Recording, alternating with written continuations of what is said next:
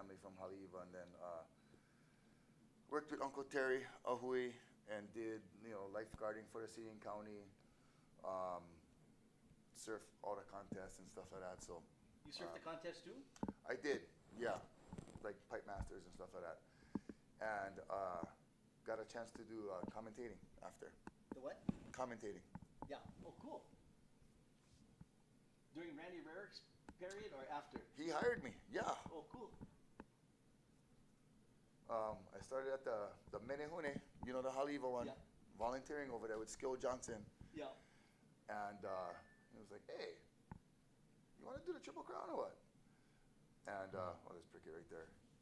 He says, you're going to be with Archie and Mike Spalding. You're Mike, right? Yeah. Yeah. That's what I got.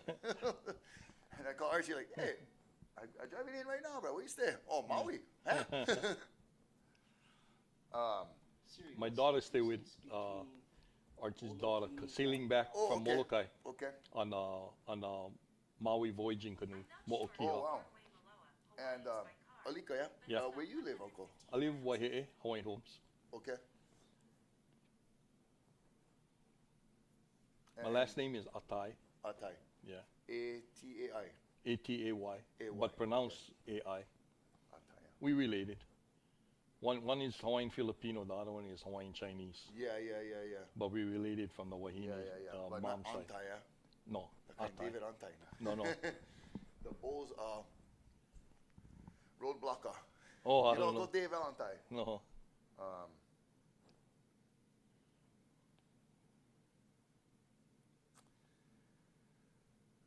Yeah. So I'm just getting all this kind of last minute info of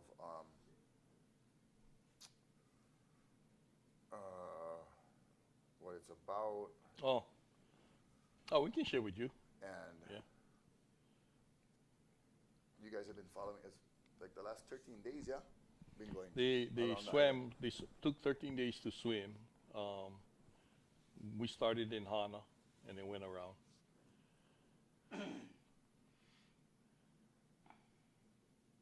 So are you going to introduce us or what? Yes.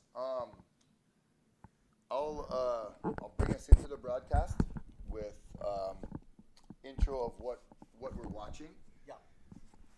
and then like the official name of this Maui Epic Swim. Maui Epic Swim. Yeah. Well, actually, Epic Swim Swim Maui. Epic Swim. Epic Swim Maui. We're Maui. watching the Epic Swim Maui. Yeah. First ever circumnavigate Circle Island of island. of Maui. Yeah. And then I want to talk a little bit about why it's so difficult to swim around Maui. We're gonna have so much time. It's gonna be great. And I'll tee you up, boom, and you just whack them out of the park. Hey, Who's going to win the Olympics? How's it? David, how you, bro? All right.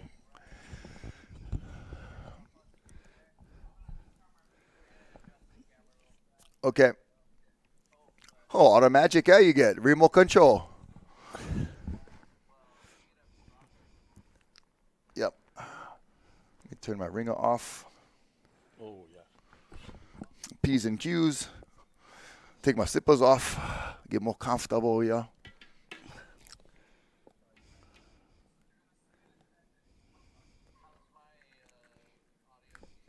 All good.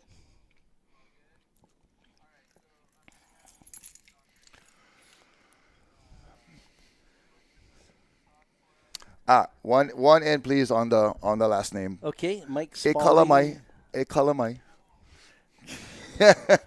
Ana one lakaim, bro. Pirate ship gone. I'm the camera cousin. On the Canon So camera. Yeah. Correct, please. Like the camera, yes. Okay, Thank you Mike so much, Spalding. You can hear me loud and clear. Mike, that's your spelling. That's correct spelling of my name. bro. Yeah, we met during the Eddie. Yeah. Jason, nice to see you, bro. Oh, yeah. Got it. All age are age, bro. I got him. Family friendly. Thank you, Jason. Is there coffee by chance somewhere? We have pots. I'll have Hannah. Sorry, I was blazing in from North Shore.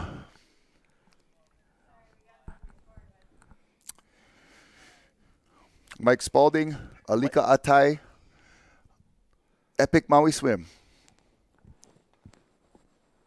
Correct? Epic Swim Maui. Epic Swim Maui. Sorry. Epic Swim Maui.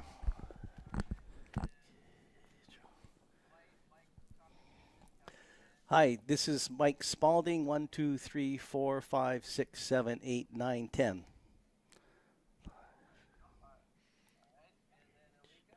Aloha, this is Alika Tai. 1, 2. Where is it? Cannot see. Okay. Yeah, you can bend them on that. Yep. Hello. Alika Tai. 1, 2, 3, 4, 5, 6, 7, 8, 9, 10. 1, 2, 3, 4, 5, 6, 7, 8, 9, 10.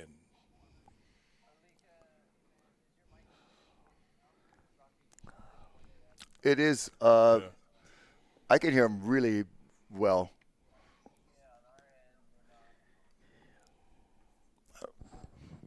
Maybe right there. Right in front. Yeah. Maybe push him closer a little bit because I think can bend. Yeah, right down. Hello. 1, Pilot- 2, pilot to co-pilot. 3, 4, 5, 6, 7, 8, 9, 10.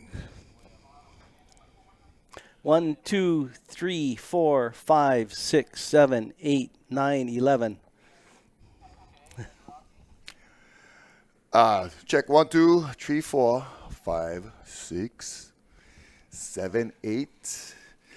Epic Swim Maui. Epic Swim Maui. Noka Oi. Girls and boys. Just regular kind. Whipped cream. Just milk, yes. Thank you. Just milk. Thank you. Oh, sorry. Correct. Like the camera, you guys. Like the camera, not the pirate ship weapon. So, question for you.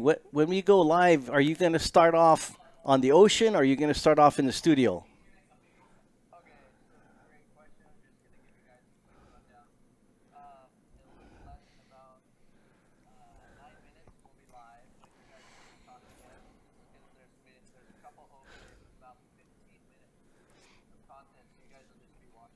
Okay. Okay.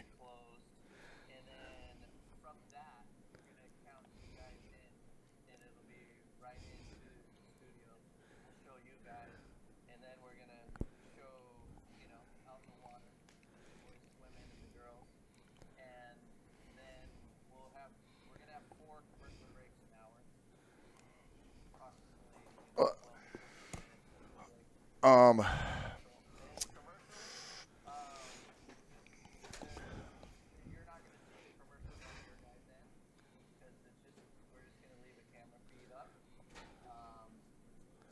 you'll count us in and out, yeah.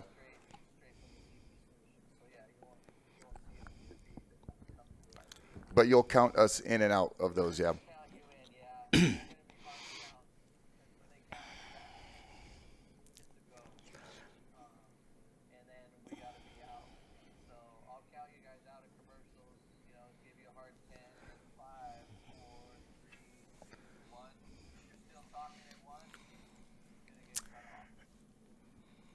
Raj. So, I have a question for you. So, when are we going to have like 5 minutes to speak? When do we have to be prepared to tell our story about the swim?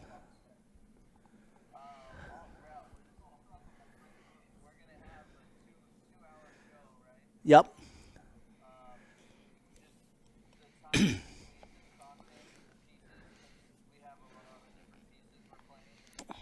Yep. Yep. And you'll count us in and out of those too, right, David? Yep.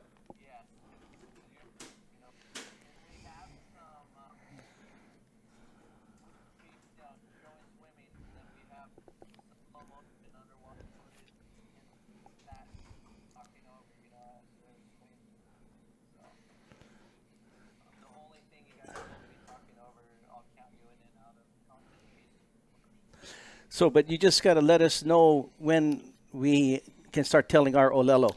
I'll cue you up. Okay. Okay. So we'll have plenty of speaking time between the breaks, and then and I'll tee you up like just exactly open ended. Like, so Mike, tell us about this swim and Yeah. what it means for all the community and something Yeah. like that. Yeah. Something Yeah. real general so that you can dive into. I think one of the stories I want to tell is why Maui is the most difficult island to swim and around. maybe I'll ask you like, hey, of all the islands, tell us about the challenges. challenge of swimming around Maui, Yeah. or just Because I want to go into the weather and currents. Speaking as someone who never swam around any island except Gilligan's Island at Waimea, the rock go down.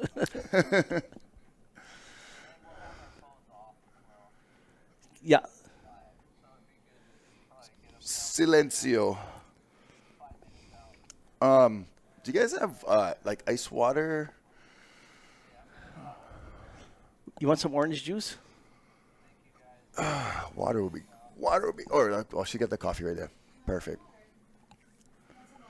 Coffee and water would be awesome. I know. I'm like Rocky Madonna over y'all. Sorry. I'm blazing in from Turtle Bay. Trying to make it to the studio on time. And so, hey, David, if you're there. David, so I'm keeping in touch with, I'm booked also with Shannon and Brent for the Molokai finish today. They're saying 11:30. The first person me and Kaipo are doing that at Hawaii Kai. So I might have to dash. I'm checking in with them right now to see. I thought it was going to be like, I told Mike it was going to be like probably 1 or 2 o'clock that we'd expect the first finisher, but I just got a text like late last night that 11:30 could be, and I don't think I could leave here at 11 and make it there. So, but I'll be monitoring that on the side here just to keep you guys updated, but that is also on my menu for today. What race is that? It's the prone and the stand-up paddle Molokai race. Yeah. The M2O. The big one.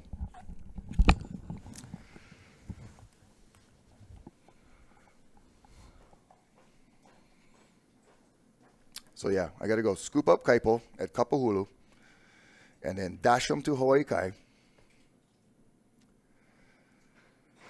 And to make sure we get there for the finish, and then we're doing the awards at Outrigger after. And I emceed a wedding last night. My niece got married in Pupukea. It was so beautiful.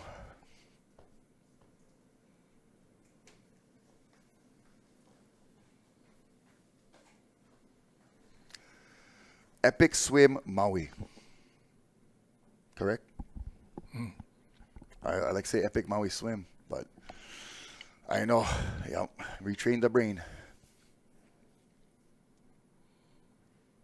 Well, yep, says right now.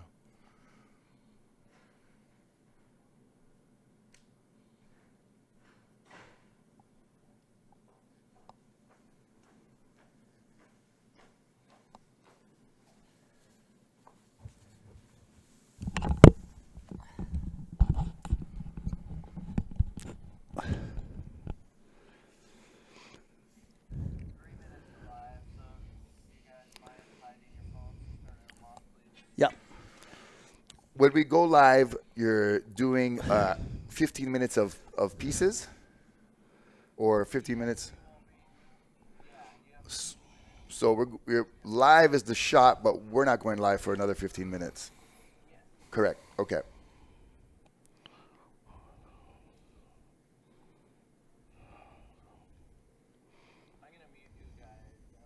Yep.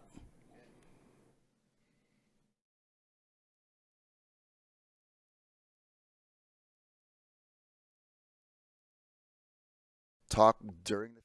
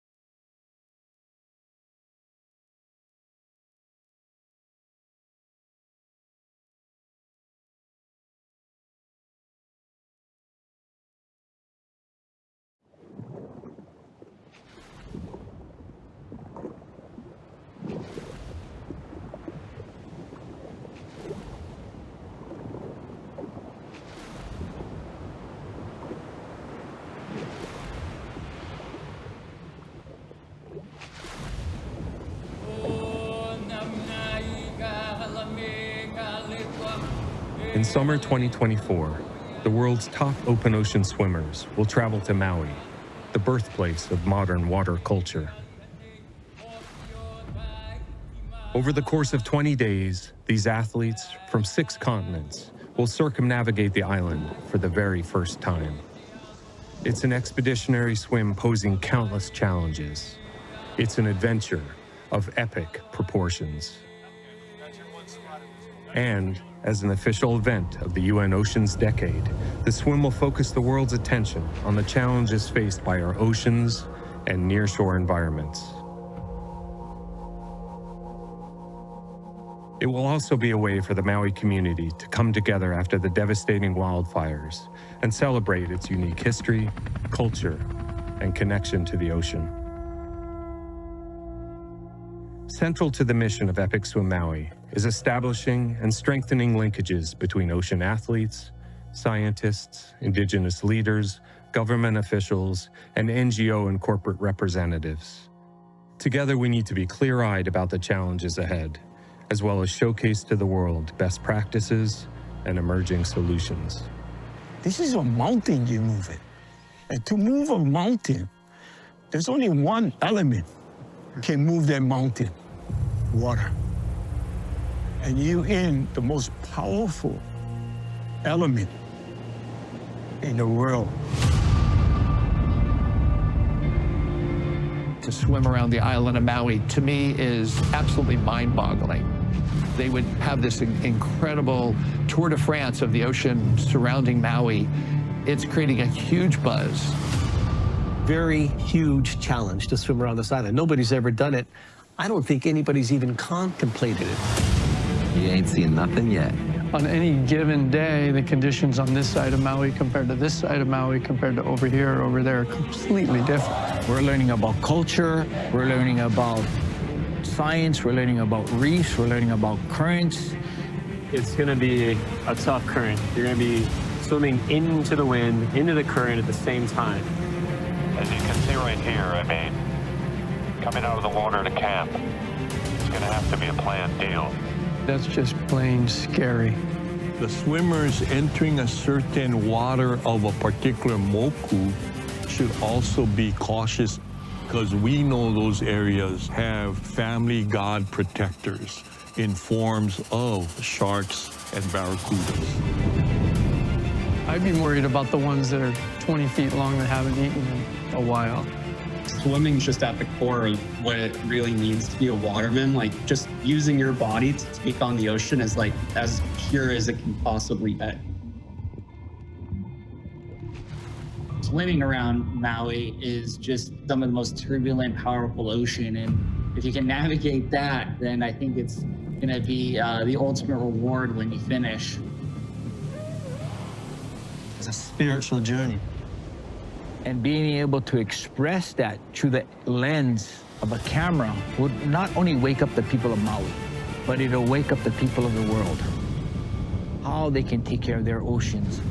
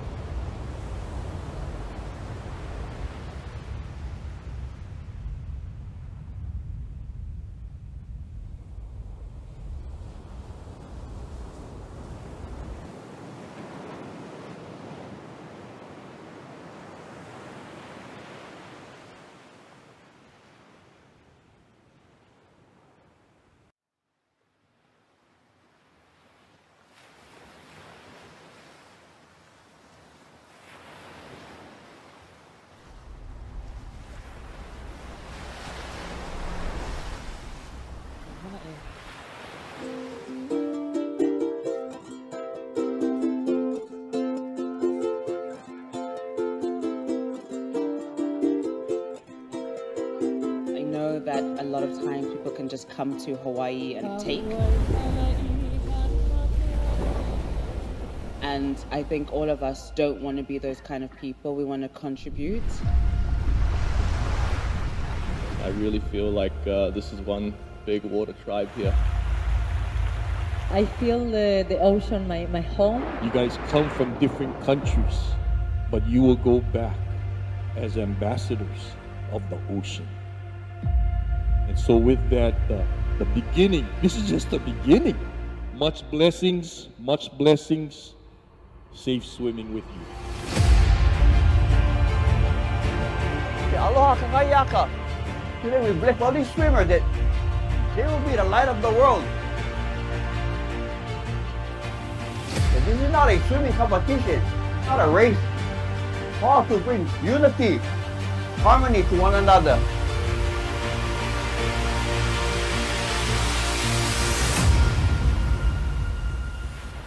The purpose behind this swim is a chance for all of us to give back to our ocean.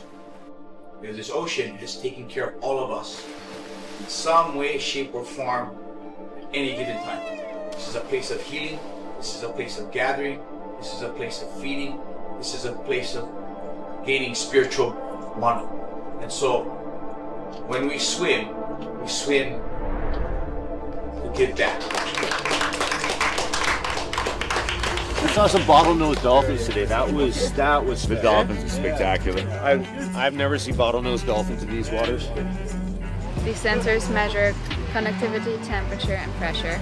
This is open water Hawaii. There's anything in the water. It could be sharks. And it's something that I have been terrified of seeing a shark. We've been seeing dolphins and turtles, and the sharks have been terrifying.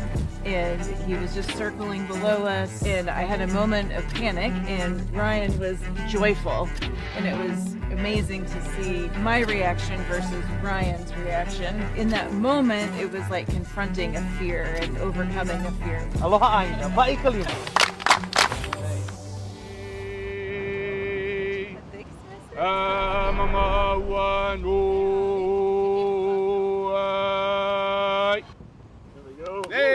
Thank you guys. Have a beautiful night.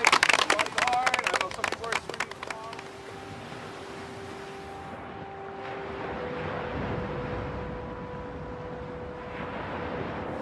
All right. How you doing, Jay? Can I be honest? Yep. I feel You know, we got to see it all. We got to see some big tides, big waves up and down, and so there was a few weary eyes at the start, but everybody made the call to push on, which was good. But yeah, it was a tough day out there.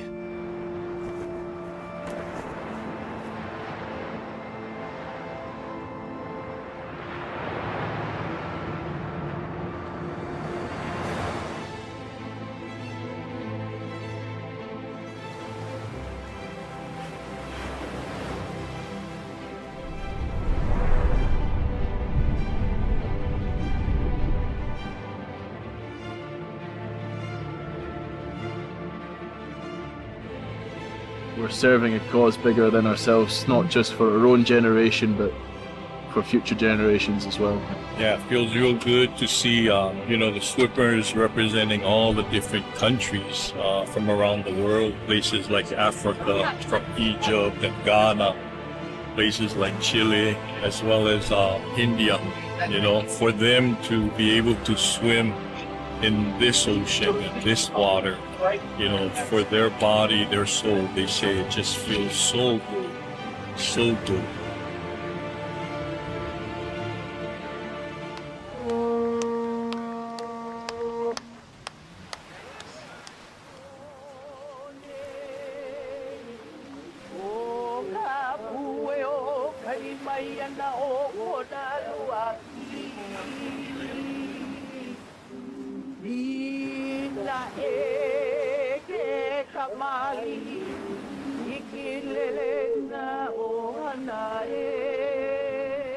Epic Swim brings not only the heart of the swimmers, it is to bring awareness of where we need to be today. They have scientists on board. They are professionals in their field.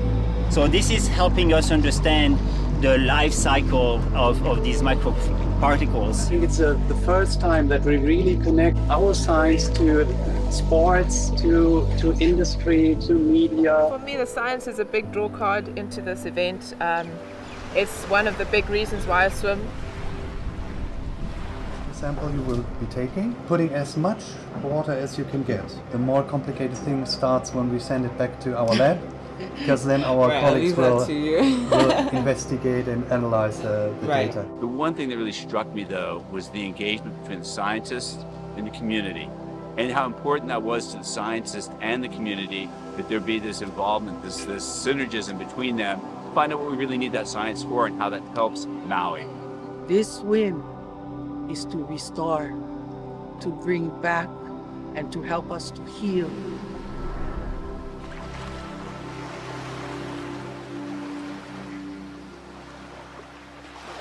Actually ended up being a very interesting day. Bit of excitement at the end to finish it off. We came across this section, super murky, green water, couldn't see anything, and there was a shark trailing apparently very close behind, like maybe 5 feet behind. Come on.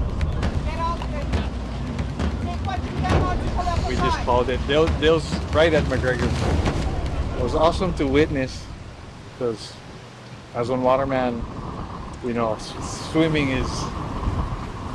that's tough, man. Yeah, swimming the backside of Maui is the part that I'm most excited about.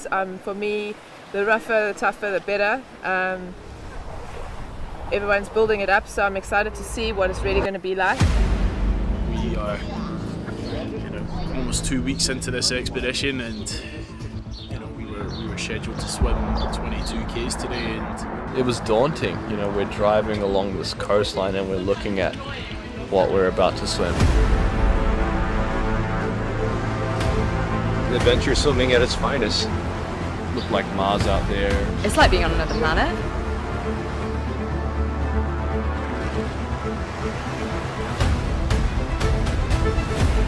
That was probably the hardest thing I've ever done. The ocean won today. There's no question about it, the ocean won.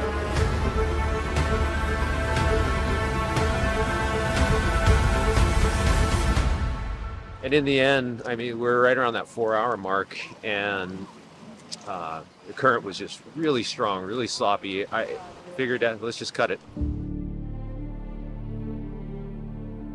It completely pushed me over the edge,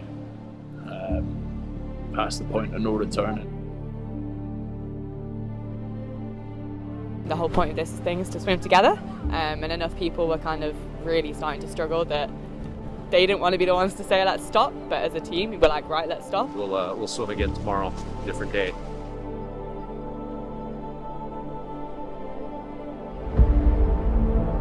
We've encountered gusts that were 60 knots.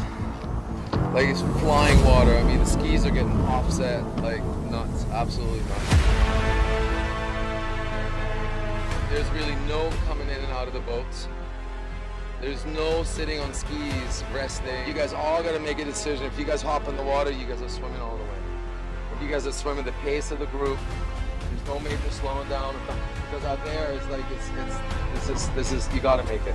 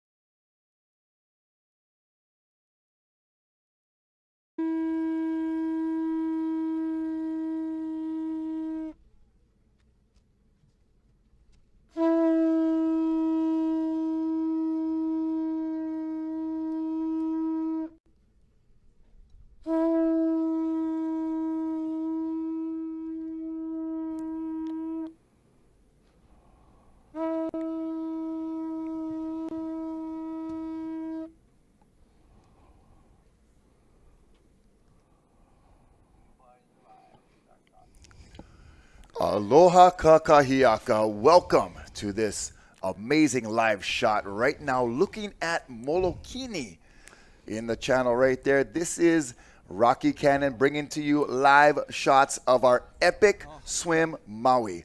Rocky Cannon, Uncle Alika Atai, Brother Mike Spalding. Good morning, my friends. How you guys doing this morning? Good morning. Aloha. So, hey, we're watching us swim. This is part of a chapter of swimming around Maui. Today, they're going to swim around Molokini. And Mike, who is a Hall of Fame swimmer in the Hawaii Swim Hall of Fame, swum around many islands in our archipelago here.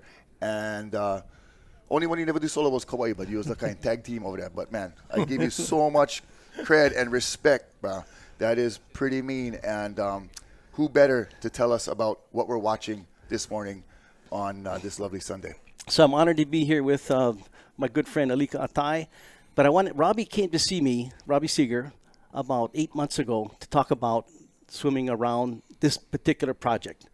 He wanted to know if it was doable. I said, it's doable, but do you realize you've picked the hardest island to swim around probably in the world? And that's because the Alenuihaha Channel is some of the roughest water anywhere, and it can really build up a lot of opposing currents and big breaking waves. And the winds come from the northeast, and they stack up on Haleakala, and they compress. And so you have a really strong downwind surface tension along that Kaupo coast. So I said, Robbie, you've got an idea to swim around the island, but you can't connect. You have to start from Hana and swim downwind along the North Shore, and then come back to Hana and then do the Kaupo coast. Yeah. And so that was kind of a shock to him. He says, what do you mean we can't swim up the Kaupo coast? I says, you can't do it. It's like it's impossible. And so he changed his plan, and I can tell you they ran into some very serious currents and rough conditions, sharks. I have nothing but the total respect for every aspect of this epic swim. The swimmers were absolutely outstanding, and if you can see the video, they're like a family. They stuck together. Incredible safety team. They couldn't have done it without the best safety team led by Archie Kalepa and his crew. And then the boat crews that came along. They had they had it worse than the swimmers, having to go upwind to get to the starting point, and they were taking green water right over the bow. And if you talk to Bozo or Nalu and some of the captains, they were terrified and big risk for them having a problem, and then the whole thing would kind of get more radical.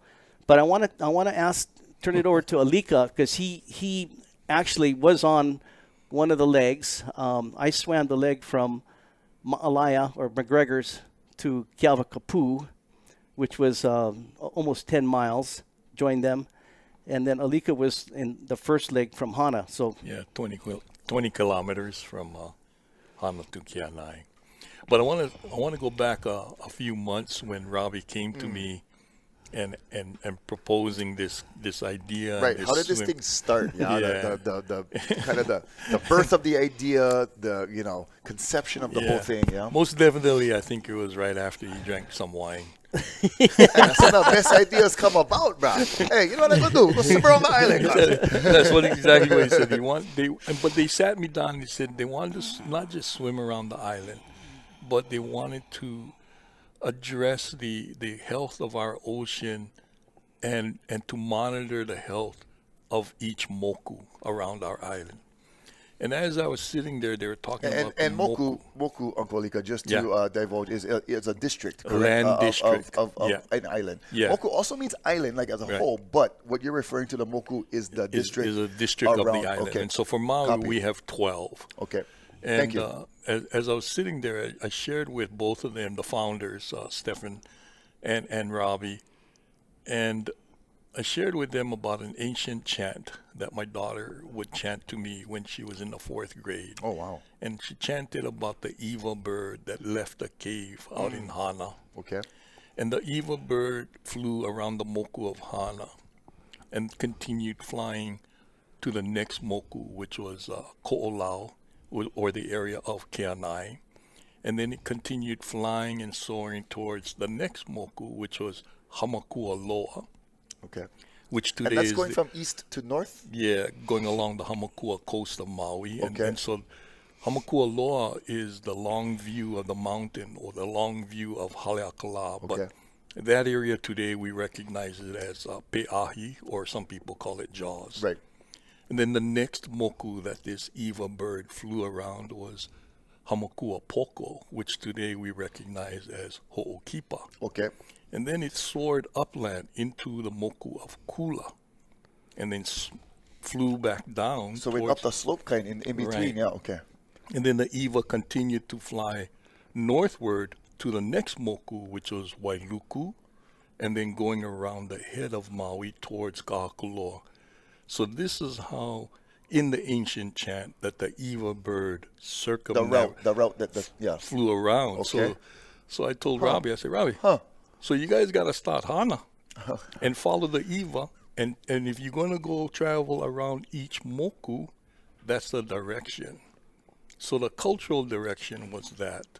The intention. There was a specific route that was chosen for cultural Started in Hana. Cultural significance. That's why the ceremony started in Hana.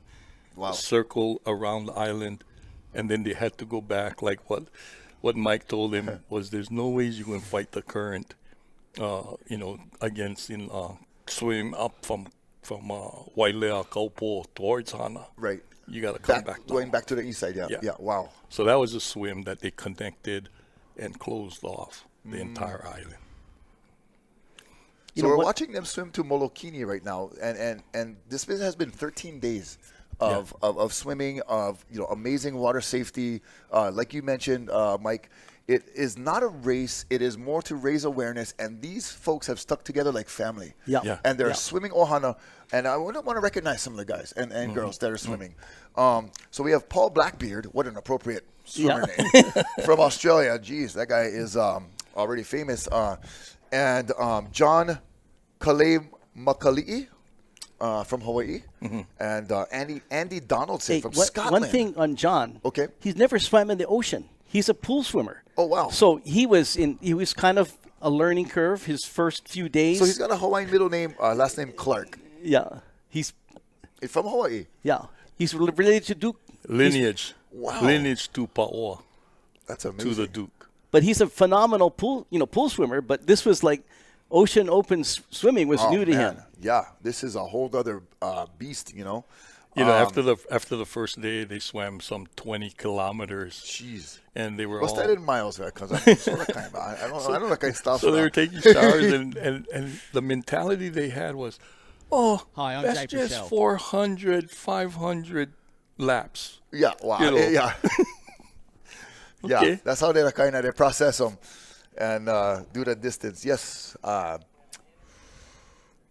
We're going to hear from Jay Purcell, who has some words to share with us. So we'll take a moment to watch that here. Hi, I'm Jay Purcell. Epic Swim Maui 2024 has been, as the name suggests, epic. Out here today, we've got 9 of some of the world's best swimmers swimming out to Molokini Island here in Maui. Over the last 3 weeks, we've had 14 of the world's best swimmers out here. Sadly, some of them have had to go home a little early. I wish they could have been here for this epic last day celebration swim. The conditions here are literally perfect. It hasn't been like this for the whole time that we've been here. We've had so many different varying conditions, but today is a perfect fitting, a perfect ending to this whole swim. It's just brilliant. You can see them out the back there. They're just leisurely cruising across to the island. Thank you for that on-site report there. Look at these guys and girls traversing this really open ocean. Like you said, Uncle Mike, it is really treacherous out there. We want to recognize Sarah Ferguson from South Africa, also out there swimming. Barbara Hernandez from Chile. I mean, we are really circumventing the globe here with all of these participants. Marion Joffley from France. Amber Keegan out of the UK. Prabhat Kohli from India. Wow. Ryan Leong out of Hawaii, Dina Livacic from Croatia. Sorry about that pronunciation. This is definitely going into the far reaches of the globe. Stefan Reinke from Hawaii, and Jono Riddler from New Zealand, Yvette Tete from Ghana. Wow, Africa. Sarah Thomas out of Colorado, and Mustafa Zaki representing Egypt. So truly a global awareness type event. And you guys mentioned, I just want to touch on the purpose for this swim. It is, like you said, the cultural resonance. Uncle Alika talking about the route of the Eva bird in ancient Oli. And also, you never see a coastline or an area when you walk it or you swim it. Right. You pass by in a car, you pass by in a boat, in a plane. But when you swim it, when you get in touch with that area, it is so intimate. And that connection is what we're trying to raise awareness about our health of our coastlines, health of our oceans, and how to take care. And I would say that was my experience from the aspect of Aloha Aina and how healthy is our island, with the concept of understanding Mauka from the mountain to Makai to the ocean. Yes. And in the ocean. We have these global swimmers from around the world addressing global health of the ocean. But Aloha Aina, we look at the health. So you're saying swimming, by going slow, right, we are able to see our Aina. The engagement. From moku to moku, how healthy it is or is it? And, obviously it could not be done without some expert safety, boats, jet skis. We're going to get to those guys when we come back to commercial break. We're going to recognize how these swimmers have made it possible with our amazing water safety team, because it would not be possible without them. And when we come back, we're going to watch more swimming action all the way to Molokini from Maui. It is Aloha Sunday. We'll be right back. Stay tuned.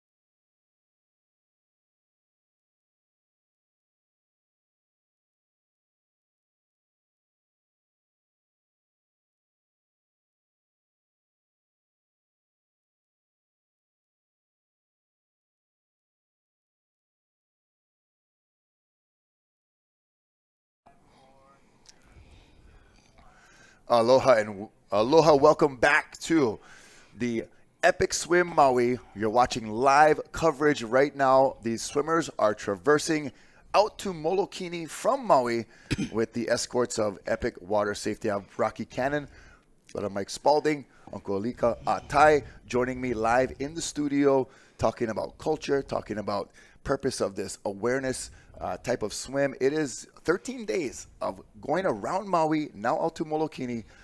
But Mike, it's been a journey, man. Yeah. So just talk a little bit about this swim. This is a 7.5 mile swim.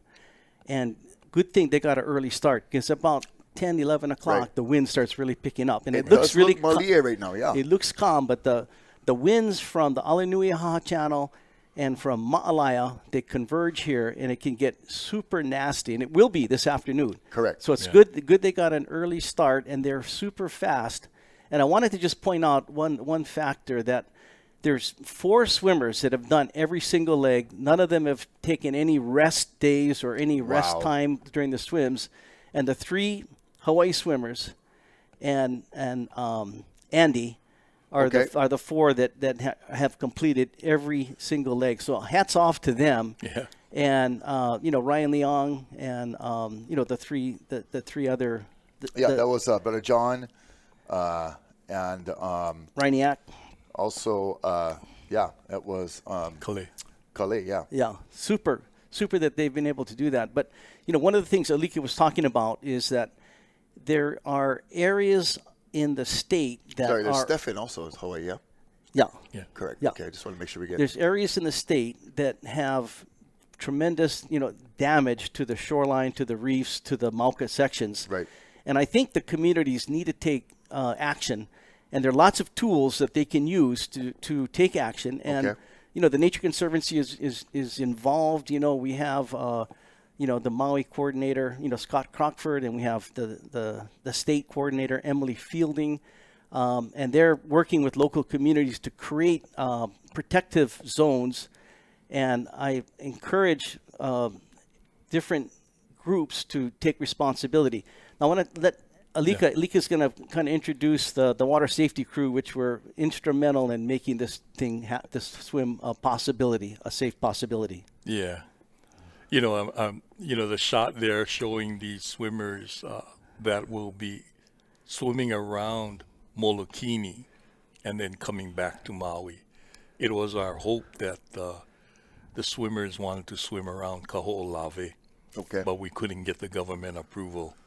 We'll get there another day. That is really astonishing to me. It's like, why you even got to get approval for swimming on the island? That bro, was I'm going to be over here. I go, hey, cuz, I'm not going on top of the island, bro. That was my argument. I'm not going to trespass, bro. That's my argument. I said, hey, they're not touching the island. Yeah. Just swim around. That is... but that's okay. That's another story. Why not go Journey there? part 2, Epic Swim Maui. Yeah.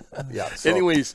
I want to hats off. Unfinished business, huh? We got to throw down. You can see the formation, the groups of swimmers stay in a pack, swimming. In the beginning, we started with the boats and the jet skis around them, but the swimmers were complaining about the fumes from the gas from the boats, so we had to accommodate that and pull back. And but for safety, for the swimmer's safety, we got to be prepared to respond in close proximity. Right, and for their there safety. there were several incidences where 10-foot tiger sharks would show up. And you'll see a swimmer right there. He's a diver. There's a couple of divers with their jet propelled on their legs that they go underneath. And so when we get a call that there's a threat in the area, these 2 divers go down and under the swimmers, and they'll be protecting them from any sharks. Wow. And because you got to get eyes on them. They're kind of like dogs, or they when they're spotted, they kind of I'm seen. So they have a little more defensive. Wow, that's really so once amazing. they were spotting, then the 4 jet skis would come in and surround the pack. And then the 4 escort boats would come in and surround the jet skis. So it was layers of protection. Yeah, and I was very, very impressed with the water safety team, and it was all along the way organized and it's like a dance, You're right. And the ocean is not a still surface. You're moving, so it's a lot of awareness, a lot of coordination, like you said, and then just to know that those different layers of protection. It's something like can be overlooked, easily of how the swimmers are looking out for each other. Yeah. As we said, like the ohana type of feeling, and they're in this together. There's not somebody trying to be first, second, third. It's more like, hey, we're all doing this as one unit, and we're going to look out for each other. And then you get the safety team that is adding that extra layer, and so on and so forth. Just as much as we're saying the swimmers were doing an epic job in swimming, I would have to say the water safety team was also epic. They were head up by Archie Kalepa. You know, I saw longtime friends operating on the jet skis, you know, like Kapala Novikov and Mark Pokini. We had other people like Curtis, Chong Ki. Okay. You know, along the way, there were also the divers. You know, these are like SEAL team divers. Wow. You know, that's protecting them. And those guys, I think, what's his name? Sam Young. He dove with them the entire time. So he also set a record, you know. Yeah. Well, you know, the coordinated effort, not only to be able to accomplish this amazing feat, but, you know, the purpose of it, the awareness, and we're looking at the course map of this previous, you know, around Maui is what they had been doing the last 13 here, days. starting from Hana. Yeah. So this is, as you said, Uncle Alika, as the Eva bird flies in the Oli that your daughter used to chant to you. An amazing story, and Mo'olelo, how that ties together. Then they went from Kenai to Maliko, then all the way over to Waihe'e. Oh, wow. Around to Kahaku. Because they got to swim. They can go through the island like the Eva bird. You have to adjust the Kainata route a little bit because but all along the way, we're assessing the health of the Moku. You can see it up close and personal. Because they're swimming, we're going slower. Low speed. We can assess the health. That is an excellent point. And you can really see every nook and cranny, crevice, rock, piece of reef, and give it a really honest assessment that is seen by many eyes as well. You know, it's not one swimmer. It's a handful of swimmers, a dozen swimmers that are along with their escorts that are also going at their pace. So you know, we go so fast in this life, right? We drive H1, H2, H3, H4 around any kind, Polytown or whatever, and sometimes you gotta stop and smell the roses. Right. Sometimes you gotta stop and inspect the coral. Yeah. And check the limu. You know, some of the communities that depend upon the reefs and the ocean for their food, they are taking responsibility for creating sustainable harvesting. And so Kipuhulu, they have, you know, a community-based sustainable fishing management area that's been approved, and they want to connect Kipuhulu all the way down to KNI, and they're working with, you know, Drome Kikivi and their group to create a larger area that has special rules and regulations that will help create a more sustainable resource. A protected area that is regulated by the community creates the regulations, and it impacts the community and the outsiders. And it's from the people for themselves, for the community. Big Island, Kaupuleu, they have a 10-year rest period. That's been approved. Okay. Kauai, Haena, they have one of these community-based sustainable fishing management areas. And Oahu, and pardon me for being prejudiced against the Oahu reserve. Okay, bro. You know, we went outside now. Just kidding. But you know, like there's a 1 year you can't fish like 57 acres. You know, from Kapuhulu Groin to the natatorium. Oh, Waikiki. Waikiki. Okay. And then as soon as that 1 year is up, in a couple of days they wipe it all out. And so to me, and you know, Alika's got personal experience with that, but to me, you know, the community, the Waikiki community, the Oahu community, they should make a reserve, you know, from like Kiwalo, from Point Panic all the way to the lighthouse. Leave that thing alone. No fishing, no take. And then the fish will grow and they'll spread out, and there'll be more. I will agree with you about Oahu's blown, but you're right though. You're right though. There needs to be some management because, when the thing is open, 1,000 guys going one day. You know what I mean? Wiping them out. Remember they used to have opihi over there at Waimea Bay on the rock out there, and limu. I do. Do you think there's any there now? Very little. Okay, so why not have a no opihi take for the whole island of Oahu. Makes sense. Anyway, I apologize, fishermen. I know you guys don't like to hear this what I'm saying, but that's know your my limits, bro. That's not about waves, bro. It's about the kind of fishes too, bro. Yeah. Know your limits, bro. But if you do a community-based management, sustainable management, you'll have more fish, and it'll be better for the future generations, because we got to be thinking about 7 generations in the future. And I noticed on Maui, we have a big population in Kihei, and there used to be big schools of moi and mullet and running up and down that coast, and it's rare now that you see them. Right. But back in the day, that was a big harvestable a resource. Speaking of a reservation area, we're going to come back to that in a moment, but we're going to look at this short piece here, courtesy of our broadcast team, and we'll be right back to give you more live footage. Check it out. We need to go more down, and then we can talk about the King's Trail. The King's Trail was a passageway that was made by hand, putting stones together, cobble, making it easy and flat so that the ali'is could come through.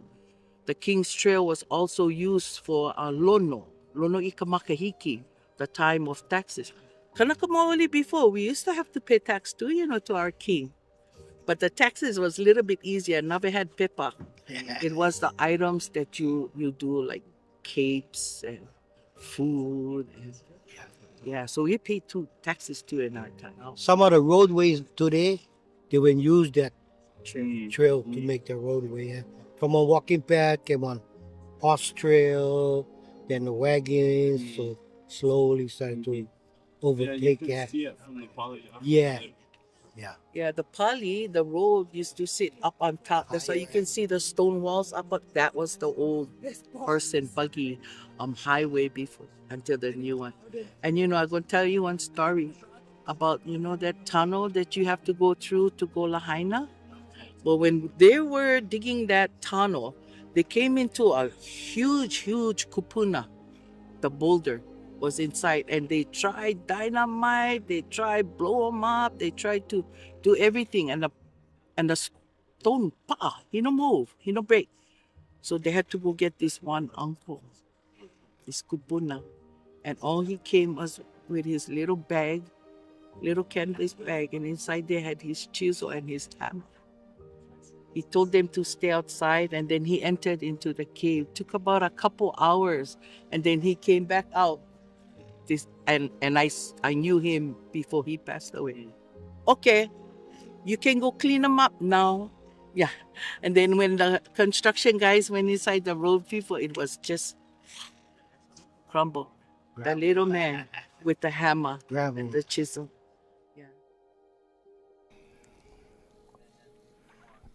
Oh, wow. Welcome back to the live action here of the Epic Swim Maui. Such lovely knowledge, ike, history, and mana'o from Auntie Vicky. And you're looking at a live shot of swimming around Molokai. Look at those waves taking them right by the coast, bro. That is some treacherous terrain right there, bro. I'm with Mike Spalding. This is Uncle Alika. I'm Rocky Cannon. It is a pleasure to bring you these amazing athletes, swimmers from around the world, raising awareness about our healthy coastlines, of how we can make them even more healthy and keep them healthy. And we're talking about reserve areas, Brother Mike. And Molokini, a great place that is has been protected. Yeah. And Guam, they have a big tourist industry there that loves to see the underwater world. So they created reserves, and they told the fishermen that we're not going to be able to fish in those areas. Hey, you're going to convert your boats into tourist boats, and you're going to make more money. And raise awareness. And you're going to see the flourishing of the fish and the reef that never occurred previous to that. It was overfished. And I think that's a problem all over the world. And I think this group of swimmers going around, this international group, is going to take that message. We're going to take a quick commercial break. Yep. We'll come back with more live action of this Epic Swim Maui. Stay tuned.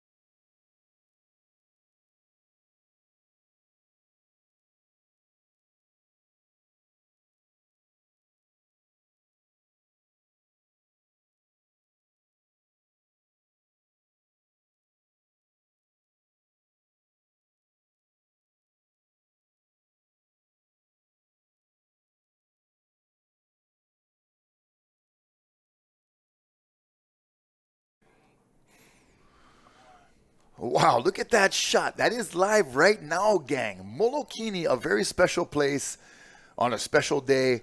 These folks are swimming to raise awareness of the health of our coastlines. I'm Rocky Cannon, Mike Spalding, Alika Atai, bringing you this incredible live coverage. Salt in our studios right here, bruh. And so, Molokini, protected area. We talked about the millions of dollars, billions that it generates in the form of tourism, boat tours. Cause born and raised North Shore, Haleiwa, surfed my whole life, pipe masters, everything. I never been snorkeling out there until I met my wahine from mainland. Her family came out. Oh, we're gonna do this tour to Molokini, snorkeling. I'm like, snorkeling, whatever. I was like, okay, I'll go with you guys. But I went out there. The amount of live coral and different species flourishing out there, white-tip shark, whole new green sea turtle, all kind live reef, live coral, like see around Oahu, bro. I was so impressed. So I want to give you an example of that. Okay. There's mana in special places. Molokini, if that was a fishing zone, there would be less mana. You're not going to see the variety of fish, but when you go and snorkel there now, no life, right? You see what Hawaii was like pre-contact, because the fish are not disturbed by any kind of fishing or spear fishing. Right. Only lookers. Only lookers. and there's an impact with lookers. Correct. But I think that is a gift that the community is sacrificing, not being able to fish there, to share that. But also a goal that we should be striving to for all of our reefs around. So, I'm kind of thinking, go back to Waikiki. Same thing with Waikiki. Oh, you can. I don't care about Waikiki. Mana. I'm not sure about. But I'm gonna smash Waikiki all day long, bro. So man, just kidding, tomboys. I love you guys, bro. Sorry, I'm old. One, you guys mean, bro. But I remember love you guys, when I was a teenager, swimming in Waikiki and seeing lobster walking around. You're not going to see that now. No. Yeah. So I want to read something to you. Emily Fielding is the statewide coordinator for Nature Conservancy, and she sent me this piece. Oh, cool. I love learning. So these are the biggest threats to our nearshore and coral reef environments are sedimentation and wastewater, overfishing and overuse, climate change, and aquatic invasive species. This is the Kipahulu community-based subsistence fishing area on Maui. Is a good example of how local communities can work with the State Division of Aquatic Resources to take care and maintain abundance in Aina Momona.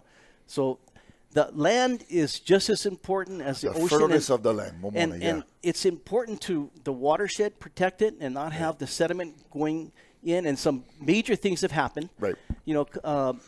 A large piece of land in Ma'alaya was recently purchased by the state, and they're gonna create drainage basins to reduce the silt going into Ma'alaya Bay, which has been impacted heavily by that. So that's a step in the right direction. Yeah. Okay, good. And Scott Fritz is leading that effort. Okay. And Tapani at the Maui Ocean Center is very much involved in that, and Lynn Britton, many other community members. But the point I'm making is that you different communities around the world need to take possession of the solutions to take ownership, right? Yeah, take ownership and to create less impact, reduce the damage that's going on now for those reasons that Emily mentioned. And this, we talk about the global effort. You just mentioned that, and we have so many swimmers from far corners of the world. We'll get into that as we're going to check out an interview right here and get some more inside info. Right behind me over my shoulder, you're getting to see some of the landscape that these swimmers have been able to witness effectively.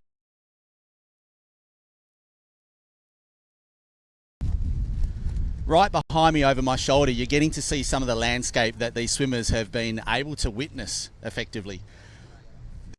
Every part of this island has been so different. I mean, on the east coast, we've had a lot of the rainforest type area. Heading around to the north has been a different landscape altogether, and then coming around onto the backside of the island has been almost barren in some instances, but still majestic and still absolutely beautiful. And this is just one element of what they get to see.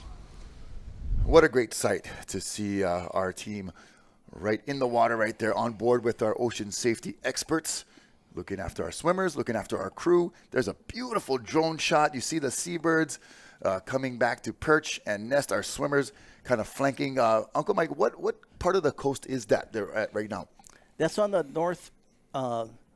northwest side. Okay. Or it's 'Cause the, it's like a the face, crescent- crescent shape, yeah? Yeah, that's the side that's facing the Alanui Haha Channel winds.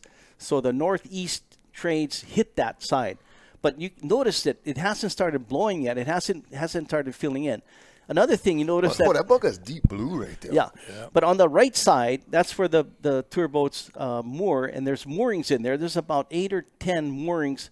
I So see there's some nobody. snorkelers right down in Yeah, the bottom nobody's screen. dropping any anchors in there, so it's very well preserved. But that other side on the left, as you see, that's the deep water edge of the reef. So the moorings do a good thing in the sense that they're permanently set, or Right. they're not taken out and put back in every Right. single day, Yeah. because They're just that would tying be up. a lot of strain on the reef. So they found a spot that's relatively harmless, although you would say nothing, but just float them, bro. Just beat a captain and go back and forth. But so it's your expert operating. But those moorings are much better than a daily anchor. Yeah, because you're not going to damage the coral. They're a lot of times they'll just they'll drill a hole in a rock and then epoxy in a little hook, so there's very little impact around the area of the mooring. So it's they're well done. And the revenue it generates, obviously a good thing. All everybody's feeding their families, with this, but the awareness that it creates for these visitors to come and see this place.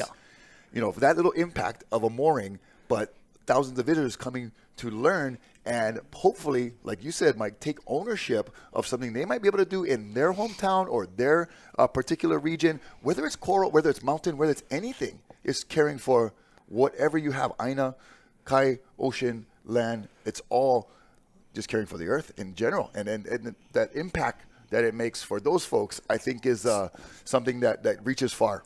So one of my feelings is that when they see nature like this, or if they see the native forest, which is get be less and less, it makes them a better person. I really think that their light that they carry with them shines brighter.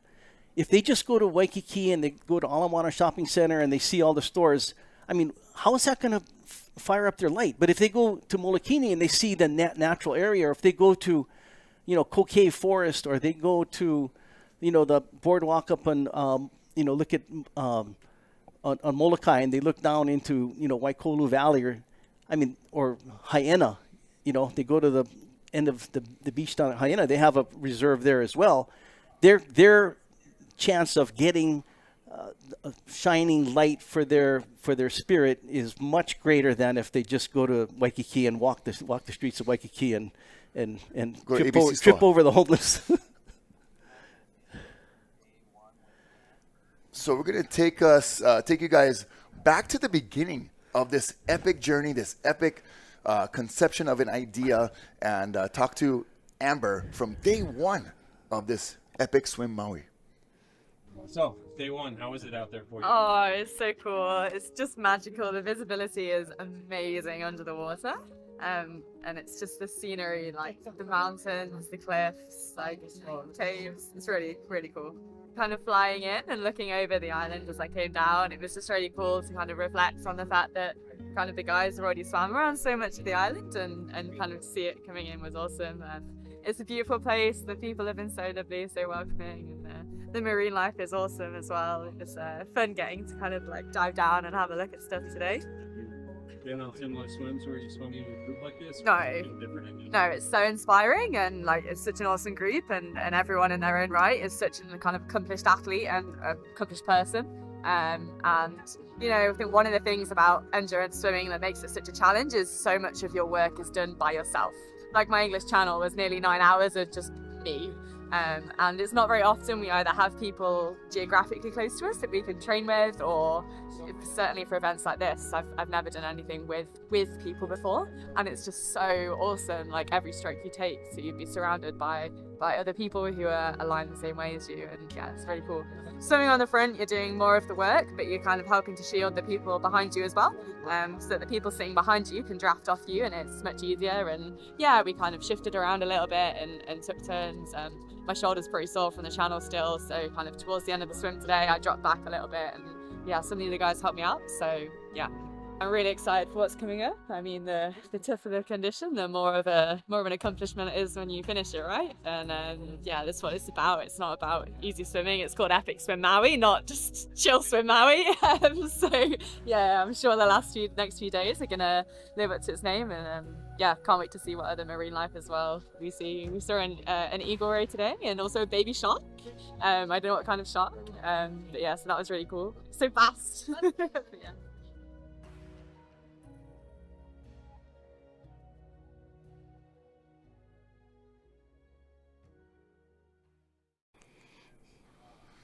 So that was Amber Keegan from the United Kingdom, from the UK, describing that opening day of 13 days swimming around Maui. This is the Epic Swim Maui. I'm Rocky Cannon, Mike Spalding, Alika Atai joining us here in the studio. And right now they're working on the chapter that will be swimming around Molokini from Maui. And you see those brave swimmers kind of scaling the wall right there. That is pretty intense, bro. That's not easy traversing right there. That is quite daring on that inside track right there. And showing you some footage from the drone right there. Molokini, a protected area. Of course, a lot of snorkelers make that daily trek on board the tourist boats that you can hire. I went budget the first time, and then I went luxury the second time. And I tell you what, bro, the budget was more better. Rocky Cannon, Alika Atai, Mike Spalding, bringing you this incredible live coverage. We're going to be right back with more coverage and more info, more mana'o about this Epic Swim Maui, the reasons, the purpose, and how it all ties in to conservation of our Hawaiian culture and our resources. So stay tuned. We'll be right back.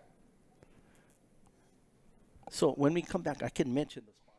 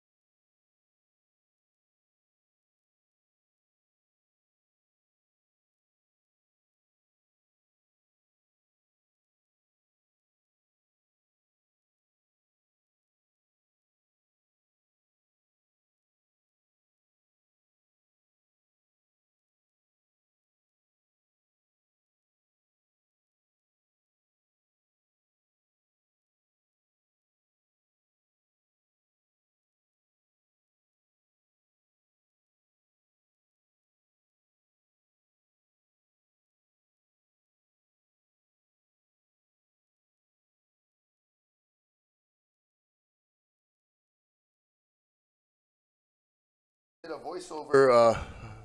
Okay, guys, we are back live at Molokini. Check that out, bro. Crystal blue ocean. Still early in the morning. The water is malie and nice and calm. The swimmers picked up good time. The water safety team is top notch, keeping all of our athletes very safe, accounted for. And we're going to watch a short piece here, and we'll be right back.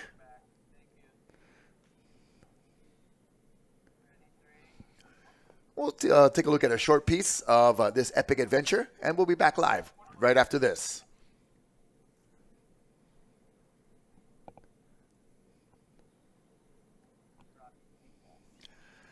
So we are going to stay live because, we are alive, Uncle Lika. But Mike, we're alive, and keeping these swimmers alive is the job and the duty of those water safety personnel right there, top notch in Hawaiian waters. You guys know them personally. I think they're coming around the island. They're pretty much turning around, and very shortly we'll begin heading back to Maui. Oh, very nice. Alika, you want to mention the other safety crew? Yeah. You know, the list of the safety guys. You know, I do want to let people know that there was, at all times, while swimming around the island, crossing from Moku to Moku, there were also Kanaka cultural representatives always present. There were times when... Along the coastline? On board, on the boats, on the escort boat. Okay. Making sure that cultural protocols were practiced, followed.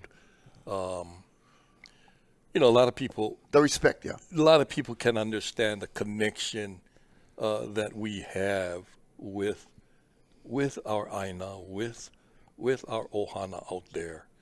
And they come to us in different manifestations of nature. They come to us in different forms. What some people may interpret, oh, that's a 10-foot tiger, you know. But we got to respect, where are we, and who is that? So there were cultural protocol chants and exchanges when we would get visits by our ancestors. And that comes in a lot of forms. I've seen some dolphins in some of the footage. I'm sure there were many other greetings from our marine creatures. We like to mention HTA. We got to mention the Hawaii Tourism Authority because you know, they're a huge part. Hawaii is without a doubt so reliant on top of our visitorship upon our guests that come to the islands. You know, I personally try to steer away from the word tourists, only because I like to call them visitors, guests to our islands, and you know, a little bit, you know, it depends on the context, right? Right. The Mustang going 2 miles an hour by the kind, Lani Akea, hey, watch out, you tourists! But and when I take somebody surf lesson, hello, my visitor guests. So the context, but out of respect, and these folks, they come and spend all the money, all the time for come enjoy what we have, but it is important that they be aware and respectful. So the HTA, Hawaii Tourism Authority, thank you guys so much. Mahalo for you know, all of your efforts to create a more aware visitor that comes to our islands. You know, also we got to shout out to the County of Maui and Richard Bisson. You know, Absolutely. they're a big sponsor. Correct. And United Nations Ocean Decade is another sponsor. Right on. And the presenting partners, you know, are Maui Brewing Company, Coral Tree Residences, and Duke's Maui. You know, Duke's Maui really, you know, stepped it up and provided food and meals at Kokua. And, you know, I mean, I can't mention everybody that is thrown in to help make this possible. It's a big community effort. But, you know, Robbie Seeger, you know, you got to give him hats off because, you know, he's the one that this was his vision. Conceptualized him the and idea. Stefan Schaefer and Rudy Castanerio were the co-founders. Those are the three. Robbie's the founder, and then Stefan and Rudy were the co-founders. Mm-hmm. So you got to, you know, hats off to them for making this happen and making it happen in a very culturally appropriate manner. And that's why Alika is here, and Alika was part of this swim, and many other cultural practitioners were part of it. They've respected the mokus, and we're hoping that this is just the beginning of more and more ocean awareness, Aina awareness, how we can make the oceans more sustainable, the fish more sustainable. And then the other thing that, you know, Alika and I were talking about is that, you know, the stewards of the land need to step it up because that affects the ocean. What runs off the land runs into the ocean. So the large and small landowners have to really take care of malama their lands. Well, and I think the human behavior, is so important. The way we interact. And Alika, we'll come right back to you on that thought. We're going to watch a quick interview. And day number 9, bro. I can't believe you guys. 13 days, bro. This is a haul. We're going to hear from this brother radio. How was it, day 9? Bit of a grind for myself, but yeah, pushed through, covered some good mileage, and finishing off the day with some good chocolate. How's your body feeling? Yeah, beat up. My body's feeling beat up. That was probably the hardest thing I've ever done. I am pretty tired and pretty destroyed right now. And body hurts. The amount of mental energy that I put into this is a lot, and I kind of wake up and I'm in a dark place, not like a depressive state or anything, but I'm locked in, and I'm trying to. I've got this grinding mindset already, so hopefully I can be like that later on. But yeah, body hurts, mind hurts. Really looking forward to some days of rest. That was the longest swim I've ever done, distance-wise. I know when I wake up and leading into it that, like, okay, this is my job, this is what I'm going to do, I'm going to do this. And nothing else in the world matters. You know, that's what I decide that day. I don't say, like, there's always the voice telling me, like, get on the boat, you can do it, you know, take a break, you deserve it. You never expected anything going into this anyway. And I don't give myself that option, but that voice is there, you know. There was a point where, like, I felt nauseous. I had been living off baby food all day, and my stomach felt a bit weak, and I kind of felt like, okay, I'm gonna hurl here. This is me. This is a point where I crack. So that might have been like 3/4 of the way into it, maybe the last, little bit. So that was the hardest part. How is it swimming this coastline? I spend a lot of time admiring the coast as much as I can when I'm not trying to focus on staying on anybody else's feet. I admired it more from the drive down there, you know, heading towards Nu'u. It was daunting, you know, we're driving along this coastline and we're looking at what we're about to swim, and I don't think we've done that. Looked like Mars out there, and it's beautiful for sure in its way. But yeah, just looking at that, like, okay, that's my opponent today. It's a huge relief to know that we are kind of got 2-3 more days tops of this. I told myself it would all be downhill after the first 3-4 days. Certainly wasn't that way. We hit another bump today. But yeah, it's really encouraging, and I can't wait to go back and look at, like, what we have covered. And even now, I'm looking at the coastline of the south side, and I'm like, wow, we've covered so much distance. And, you know, I'm looking forward to jumping on a plane and, you know, looking at it from afar, like, reflecting on this. Look at all this mileage we've done. Look at all this coastline that we've seen, that we've tasted, that we've sweated and bled in, you know, cried in. It's really exciting. I mean, I'm getting ahead of myself here, but yes, 2 more days, and I'm really looking forward to it. Yeah. So great to hear from one of our athletes. That was Brother John Clark, who is a descendant of our great Duke Po'oka Hanamoku. So it is wonderful to see that lineage carrying on, not only with the athletic ability, but also the awareness to Malama to care for our resources, in this particular case, our oceans. Uncle Alika, I got a question for you, bro. I'm here with Alika Atai, Mike Spalding. I'm Rocky Cannon. I got a question for you. I've seen all the white, like, icing on the cake kind and all kind of coverage. So what is that, like sunscreen, or is it something even more? What is the purpose of that? Okay, So just curious. Because they're doing 13 days in a row in the sun and in the elements, they use Decidin. And it creates a sunblock. It doesn't come off. You got to use coconut oil to get it off. Oh, wow. But I wanted to share with you a little bit about what it feels like to be doing what they're doing. Right, because you've swum this island chain on the wide. You've been in these channels before. I've done all the channels solo, except for the Kauai channel, which we did in a relay, which was encountered a tiger shark at night, and we also all got stung by Portuguese man of war, except for the one guy that had heart problems, thank God. Oh, geez. But when you're swimming, I mean, like, if you're just going down to Kaimana Beach and swimming, or you're swimming, you know, in Kihei, it is a very meditative, and it's very low impact. And all you need is a pair of goggles and trunks. It's very simple. It's the most pure water sport. And I encourage you, more of you, to do it because I think it's very healthy. It's low impact.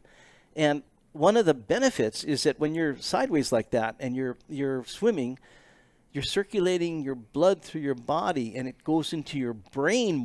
So your brain is more active. And I find some of my most thoughtful moments are when I'm actually swimming. And again, like we talk about mana, when you're in the forest, when you're in the ocean, you are experiencing nature, the purity of nature. And swimming is a very easy way to get that experience. So I try to swim every single day, and I was so honored to be able. Robbie kept bugging me, "Come on, you got to join us." And I says, "Hey, I can't keep up with these guys. They go so fast." But he says, "We'll take care of you," and they did. All of the swimmers, they took care of me. They said, "Mike, hey, you stick with us, and we'll slow down to your pace." And then it got to the point, "Hey, Mike, do you mind having the jet ski, rally you?" So they would take off. They're going 4 or 5 knots, 4 or 5 kilometers an hour. And so I would fall back. The jet ski would pick me up. The coolest jet ski, Peter and Archie and, all these guys Legends. pick me up. And Chung Ki, he's FaceTiming Lauren, my daughter. I'm famous. I'm famous because I'm the father of Lauren Spalding, who's a great water athlete. Hey, yeah. They oh yeah, you're Lauren's dad. Lauren's father. Yeah. Okay, that's me. So anyway, yeah, right on. so he's and my Lauren is just cracking up, just watching me. Classic. Do my thing. But anyway, I want to encourage more of you to use the ocean. It's all around us. It's free. It doesn't. You don't need a kite or foil board or spend any money. All you need, and in fact, Sarah, who's been with us all along here helping us, she swims a lot, doesn't even use goggles. But I recommend goggles, and it makes it a lot more fun because you can see what's happening underwater. And that's what we're talking about, right, Okolika, is the awareness, the slow pace, the real careful observation that you are able to do when you're swimming at that pace. Right. And I'm watching the swimmers go, and you can see the jet skis and the divers that's protecting them from any approaching sharks or anything. But I'm also thinking, this event, where does this go to part 2? And it's, how do we involve the youth of Hawaii in swimming? That's a great point, Alika, because this is just scratching the surface. There's more to come, and we're going to watch our swimmers as they wrap around Molokini right here for the Epic Swim Maui.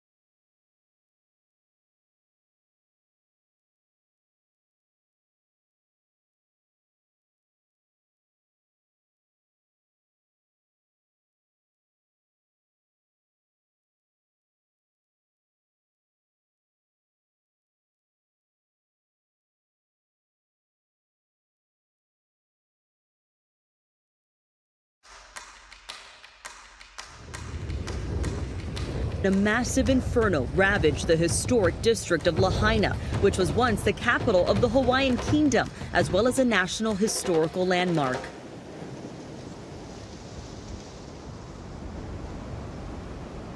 Lahaina la e ai, kamalu'ulua o lele la e ai.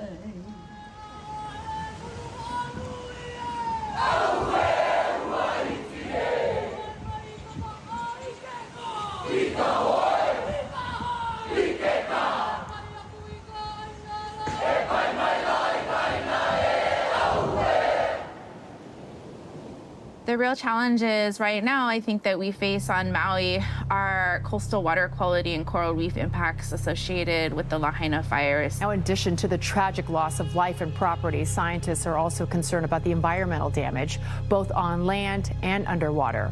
Biologists who have spent decades studying marine life there fear the aftermath will endanger coral reefs. Some of the things that we're really worried about is pollutants that are released after the burning of urban infrastructure, but also the different types of stressors that we see in coral reefs, like hypoxia, coastal acidification, and potentially a lot of sedimentation, especially after these really big rain and runoff events.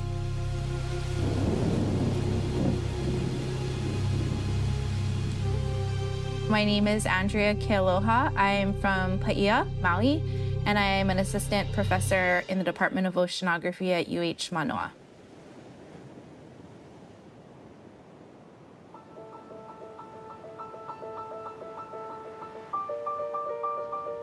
I decided to pursue a career in the marine sciences because I grew up near the ocean, swimming, fishing, diving, and surfing. My family is a very ocean-centered family. I come from a family of fishermen, and I started diving and fishing with my dad at a pretty young age, and I actually specifically remember the moment that I decided to pursue marine sciences. We were sitting on the beach, and we would always stare at the ocean. He taught me to kilo and to observe my environment before we would get into dive, and he was telling me about what the ocean looked like when he was younger, how abundant the fish were, and how much healthier the ecosystem looked. It made me really sad because I knew that my culture and my family depends on healthy oceans. That's the moment I realized that I needed to go into environmental science, specifically around marine resource management. The area of study that I focus on is coral reefs and oceanography. And specifically, I focus on climate change stressors like ocean acidification and ocean warming, but I also focus a lot on the local stressors that are really important to us here in Hawaii, including nutrient pollution, hypoxia, and coastal acidification. Epic Swim Maui has contributed to the work that we're doing in Lahaina in a number of different ways. The first is by connecting us to Herion Institute and Sea and Sun Tech, who loaned us 12 sensors that we use to deploy across all of our West Maui sites. So we were able to really comprehensively get an understanding of water quality across Lahaina. Coral bleaching has become a major concern in a warming climate. And while coral bleaching doesn't always mean a death sentence, without the algae that give the reef such vibrant colors, coral can't survive for very long on their own. We know it's happening all over the world. The silver lining of working on this disaster has been seeing industry, county, state, federal organizations, nonprofit organizations, athletes, everybody coming together around this one very important issue and supporting the community. I have never seen science being done in this way, and it's just been a really beautiful thing to be part of. I'm excited to be part of Epic Swim Maui and just really excited about the relationships that are coming out of such a beautiful collaboration.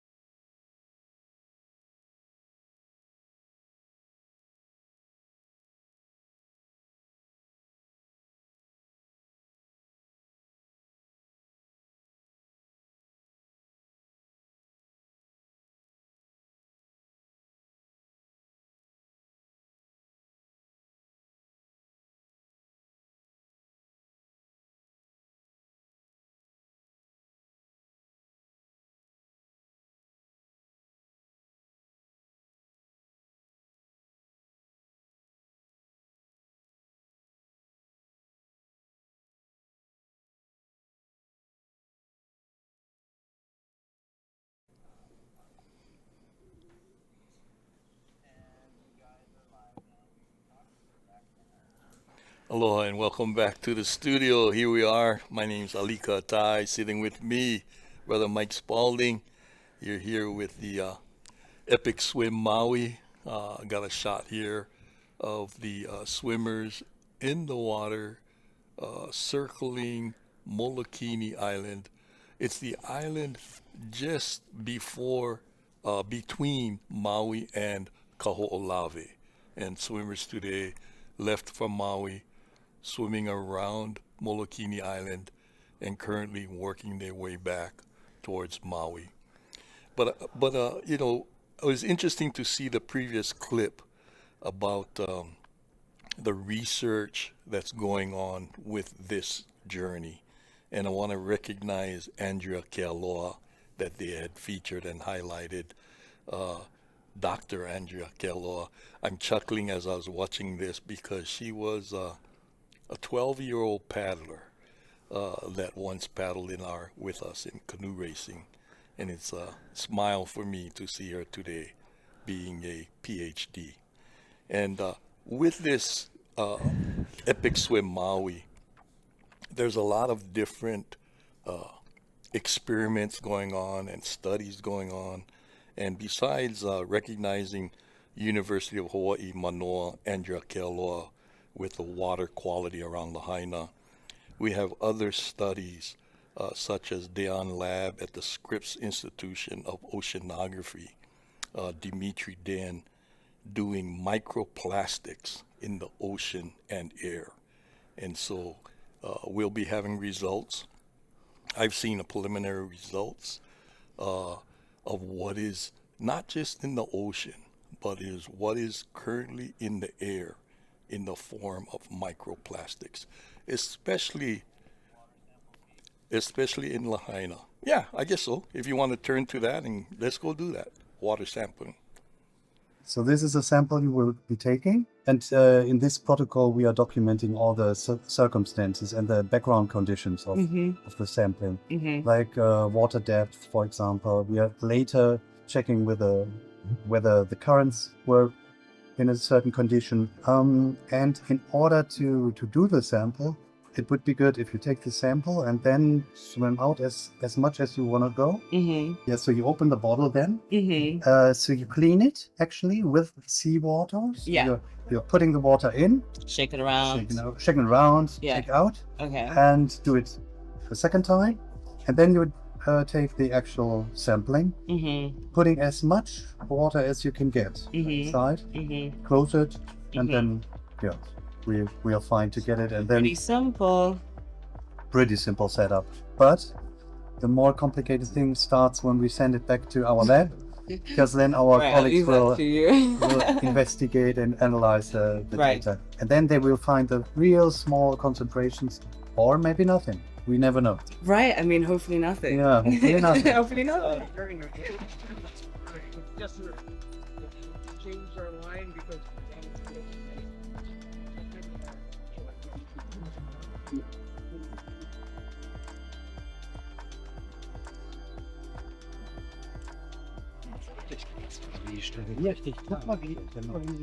Das bewegt sich null. Oh, good. Great.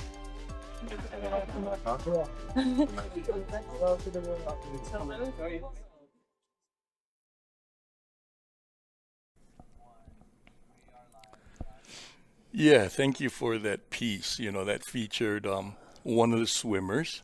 I believe she comes from Ghana. And also featured Marcus Lange from Germany. And they're doing the research on water sampling and microplastics, as all kinds of research going on in addressing the global health of our ocean around us. And, I had a chance to talk story with a lot of the various swimmers from international countries, and they all pledge to be ocean ambassadors, to go back to their country and everywhere else they go, to educate the world about paying attention to the health of our ocean. And really, really awesome people, all participating in this epic swim. And right now I want to turn back to Mike, who can also talk story with us about another epic swimmer. So Duke Kahanamoku is the foundation of ocean sports, swimming, water polo. It's interesting that the Olympics are going on right now, and there's water polo players from Hawaii and volleyball players from Hawaii participating in the Olympics. But the Duke swimmer, introducing surfing around the world, and I just wanted to share with you that I was honored to be inducted into the Duke Kahanamoku Watermen's Hall of Fame as a swimmer, and I met the Duke, and he in Waikiki when I was a youngster, and he was the most humble, kind, always willing to give his time, and I remember the last time I saw him, every time I would see him, it was like we were like friends. I'm not trying to boast. I'm just sharing how his spirit was open in an aloha and loving way. He wasn't looking at you and judging you by any artificial means. He was looking at you as another beautiful human being, loving human being, and that's how he treated everybody. And I remember my last contact with him. I remember I was at the Outrigger Canoe Club, and he was coming in, and I went over to him and gave him a big hug, and he reciprocated, and I'll never forget that moment. It was just so special, and what a loving, sweet man, and this swim is honoring him, and it's so ironic that one of the swimmers, from Hawaii, Clark, is related to the Duke, and there's other members of his family, Mel Paoa, who is no longer here. Yeah. These Hawaiians, these people of the ocean, these watermen, love the ocean and love protecting it. And I think all of them would be so appreciative that this particular event is highlighting how to protect the oceans, how you can pay attention to the ocean environment, the Mauka environment, to make the oceans more sustainable, more cleaner, and healthier.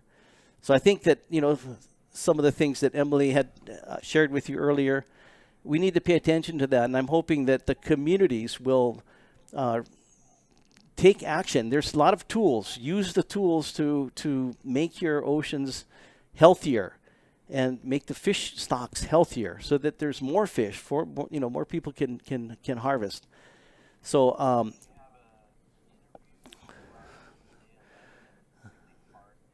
we'll be right back with Alika Atai and Mike Spalding. We've got a live interview coming up. Day 11. Day 11. How was it? It was challenging. We were bound to have a day like that.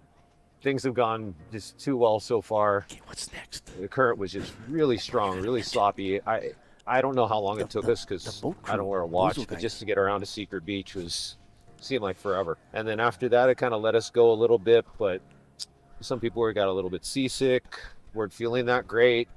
And in the end, I mean, we're right around that 4-hour mark, and figured out, let's just cut it. We'll swim again tomorrow, different day. Who made that call? How did that go down? May have been me. Andy is by far the fastest of all of us, and he's been slowing down, waiting for us the whole time. And I think the sea was just very unorganized, really rough. He got, I think, seasick. He said he was nauseated, wasn't feeling good, a little disoriented early on. And he kept powering through like the next 2-3 hours, then kept falling back. And just really didn't look good. And he probably would have kept slogging on just to make sure that we got to where we needed to go, but it just wasn't worth it. So had a quick chat with him and just said, let's call it today. We're right around 10K. Took us 4 hours or something like that to get there. So that's quite a long time for a 10K. And tough day. But we're all still together. We all still get to swim tomorrow and the next day. We'll get it done. It's just going to take an extra day. Anything else? How was the marine life? What do you see? Some people saw some sharks. A beautiful reef. I mean, I personally, these kind of sloppy conditions I don't get bored in, so it was really kind of fun for me. Lots of pinnacles sticking up off the bottom, really clear water, lots of fish. I had a blast out there. I really enjoyed myself, even though it was really tough conditions. I kind of enjoyed it because sometimes when we're on the south side and it was pretty calm, it's fun, it's nice, it's easier swimming, but when it's sloppy like this, I don't know. It's my stroke isn't pretty and clean, so my stroke is sloppy, so that's probably why this matches it really well. But yeah, I enjoyed myself. Not everyone did. In the end, we made a decision as a group just swim again a different day. So hopefully tomorrow and the next day will be a little bit better conditions. Thank you. All right, we're back here at the Epic Swim Maui. We've got the swimmers in the water already completed, circling Molokini, making their way back towards the island of Maui. Sitting here in the studio with me is Mike Spalding. I'm Alika Tai. You know, this whole journey, this over 13 days of swimming completely around the island of Maui, and then today around the island of Molokini, would not have really safely happened without the safety crew, especially the jet ski team that would be surrounding the swimmers. And I want to mention these guys. These are Kyle Chongki, Brother Ola Kernan, Kalani Caldito, Forrest Morrow, Brother Kapala Novikov, and Pete Miller. These guys were the jet ski operators, always surrounding the swimmers, and swimming with the swimmers, or diving with the swimmers, and riding the what do you call that thing? The sea bob, yeah. That's Ka'anapu Kalama Jacobson, as well as Seth Tuzon, Peter Het, and Jated Ruiz, and on the jet boots, Sam Young. These guys would provide protection from any appearances of sharks. And of course, the boat captains, Brother Bozo, Brother Sid, Nalu, Matt, Dennis, and Sail Maui. This is a combination of the water safety team headed up by Archie Kalepa, Mark Pukini, and Curtis Chonki, with the assistance of Oralani Koa and Mish Shishido. Mahalo to the water team. This is all for the Epic Maui Swim.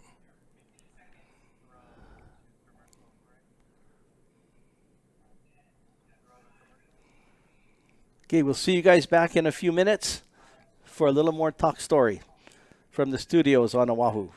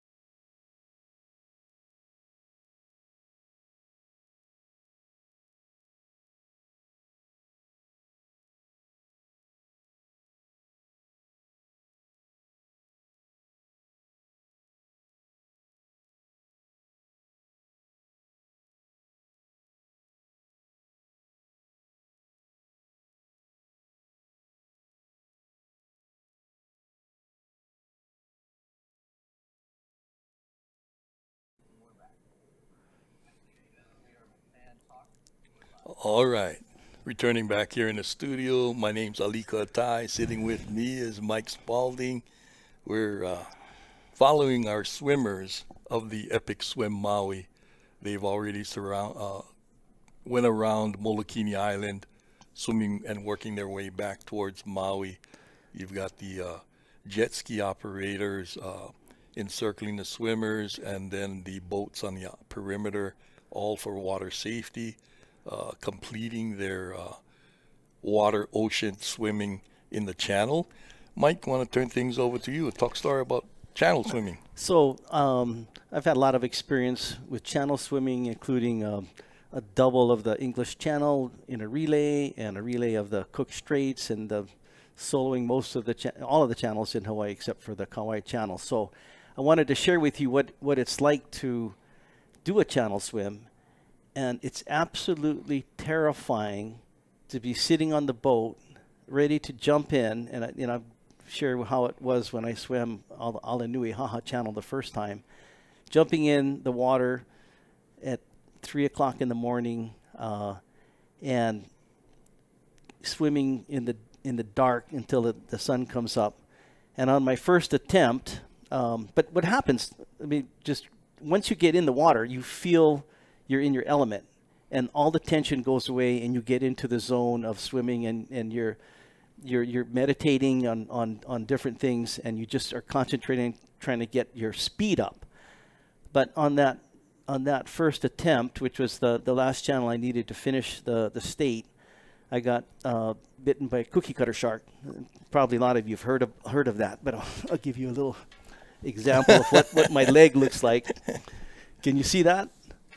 See that little divot there? And what's interesting, I was the first human to be bitten by a cookie cutter shark. They never were considered to be threatening to humans until I gotten bitten. And then for 10 years, there had not been another incident. And then 10 years to the day that I got bit, another guy swimming the Kaiwi Channel got bitten. And then 3 months later, another cookie cutter shark bite occurred. And 6 months later, there was another one. And so there's been, actually 4, because a guy in the Big Island, they were fishing, and their boat sank at night, and so they were holding on to a cooler, and one of the 2 fishermen got bitten on the ankle by a cookie cutter shark. So they put him in the cooler so he wouldn't bleed out and attract bigger sharks. And then a guy came in the morning, fishermen almost ran him over and got rescued. And so they're out there, and they're a concern. And another theory I have is that there's more of them, because they don't have a lot of predators that are trying to eat them. They're more the predator. And I think, and this is not coming from a scientific perspective, but I think there's more larger sharks, and I think they're hungrier. So we're seeing more incidents all across the world of shark-human interaction. But it's helpful to swim in a pod. With more swimmers are less likely to be attacked. So we'll be back in a minute. We're going to get a live interview from the swimmers. Looks like a lot of the swimmers are approaching the boat they'll be climbing on, and we've got staff here wanting to interview and talk stories. Amber, you've been doing this celebratory swim around Molokini Island. How have you found it? How has it been? Yeah, it's been absolutely awesome. I'm good now. The underwater life around there is just amazing, and it's really cool to finish at the boat with people to welcome us and thank us. What have you seen down there? Loads of fish, corals, urchins, some really cool rock formations. And the birds above are just the Eva are amazing. So. Brilliant.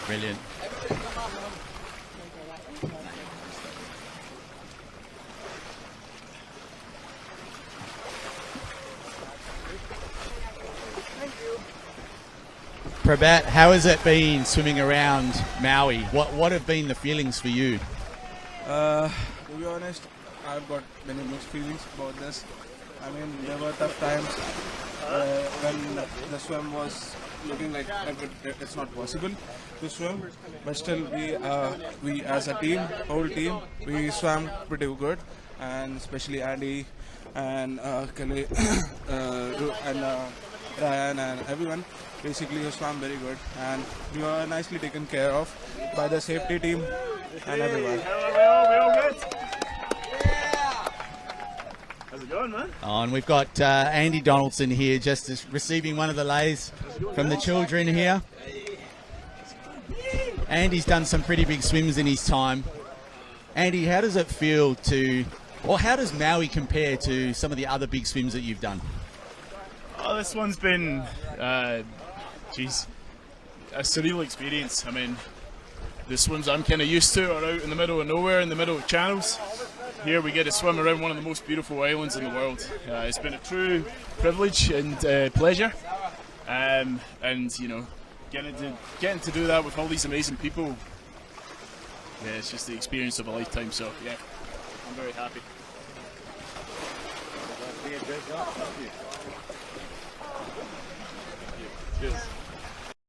Paul, you've done some pretty big swims across the world, and you're renowned for being, I guess, one of the... Yeah, how has Maui been for you? What's been your experience? Well, I came here 10 years ago and I loved it. It's come back and it's exceeded that expectation. It's been fantastic. The swimming group we've had, the land we swam past, the water, the fish, the people, the organisation. How you doing? Well done, guys. Keep going up, keep going up. You guys keep going back in. With these? Sarah, I know you've loved it over here. You've been like a deer in the headlights the whole time, looking at all the fish and all the different things that are going on under the water. How was swimming around Molokini? What was that experience like? It's beautiful. I'm getting all emotional, but it's really, really pretty out there. It's really special. You said you're getting emotional. What's it going to feel like to head back home? It's going to be tough. I'm flying tonight, so it's tough, but I'm happy.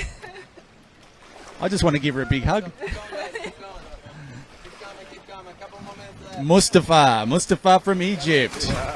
Man, I know you've had some tough times here swimming around Hawaii. It hasn't been the easiest of events for you, but how are you feeling? It's really exceptional, historical. It's really epic swim. Being with all those great swimmers, with you, with Robbie of the epic swim team. I love here. It's amazing. It's amazing. Thank you. Thank you, guys. Oh, we next have Dina Levicic, all the way from Croatia. She's got a massive smile on her face. I'm guessing you've enjoyed this last little swim.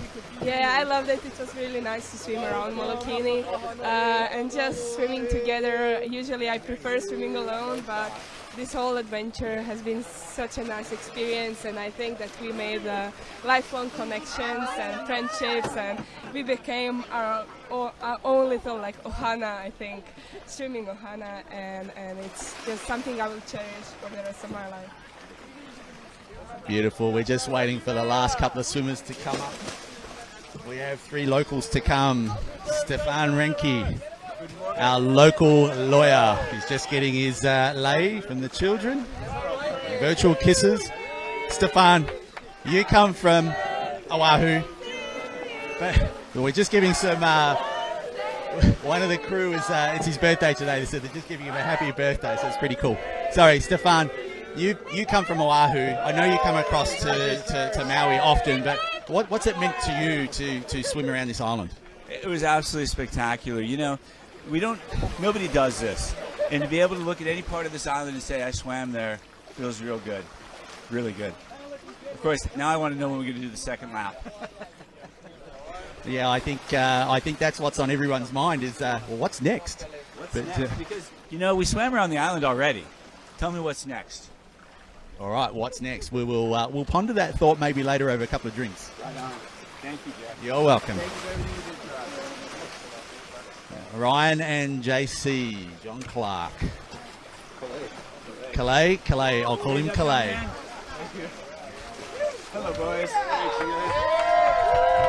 Everyone's just giving their cheer of approval. Thank you. Lay for you. One more for JC. JC, I know this is a special place for you. I know Hawaii is a special place for you. I guess swimming around Maui means so much to so many people, but what are your thoughts? What's been the biggest impression for you swimming around this island? Oh, geez. It's just reverence and gratitude for our ocean and the shoulders that we all stand from and the teachers that we have, the mentors that we have. Standing with two of them right here, and it's just been truly an honor to be to go on this journey with them and of course our teachers. I'm thinking about our teachers that came before us and all the knowledge that's been passed down to us, to the safety crew, to our science guys, to this whole crew here. So this truly is a special moment for myself. And Ryan, lucky last. As JC just said, you've been a mentor to him, as Stefan has been. I mean, what's it like for you to share this experience with somebody? I know JC found it tough to begin with. He wasn't sure if he was going to be able to do, one swim, let alone all of them, and swim around the whole island. So I guess, how has that felt for you? It's been an absolute privilege to share these waters and this experience with these two guys that we've become really close, and from the other swimmers from around the world. I was going to say, don't forget me, Ryan. A real privilege. And you too, Jay. And you too. And you too. 100%. I mean, a huge part of the team, and it's the crew, everything. It's been an honor and a privilege to swim and share these waters with you all. Well, I think there you have it. I mean, the guys have got all different experiences and feelings, and it's been a special moment for all of us. I'm going to let them get back in the water now and sign off and let everybody enjoy the rest of the day. Thank you. Aloha, mahalo, and remember the word of the day is pono. So the word of the day, pono.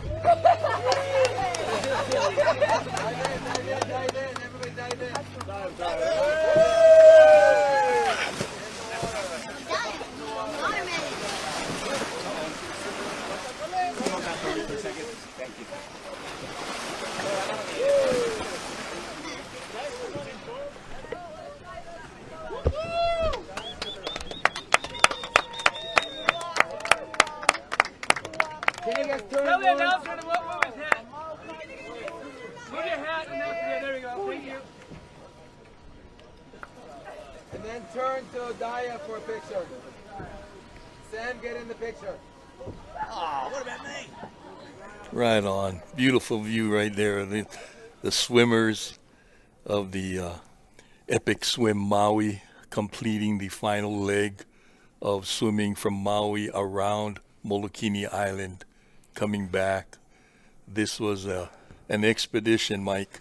They swam completely around the island of Maui. First time anybody has ever done that. And what an accomplishment. And it couldn't have been done without an excellent land, ocean, safety crew, and some of the best ocean swimmers in the world that gathered together and bonded as a family. And they truly love each other. They are connected for life. And this would have never happened if it wasn't for, Robbie Seeger and the other co-founders of this event. And Liki, you want to mention those? Yes, Steph. Okay, so the Robbie Seeger and Stefan Schofer and Rudy Costantariana were the co-founders of this event. Right. And the official partners, the County of Maui was a big supporter. Hawaii Tourism Authority, hats off to them. United Nations Ocean Decade. And the presenting partners were Maui Brewing Company, Coral Tree Residences, and Duke's Maui, and numerous other contributors that helped in many different ways, large and small, that made this happen. And can't take our hats off enough to Seeger, who put this all together, and through his enthusiasm and his vision was able to bring the swimmers together, the safety team, the land team, the sponsors. It's an incredible accomplishment that is going to have long-lasting impacts, not only in Hawaii, but I think, in the world. And I'm hoping that this is just the beginning of awareness of how we can protect the ocean, how protecting the land protects the ocean, And I'm hoping that the different communities around the world will take action to do more to protect the resources that are getting depleted. Most definitely.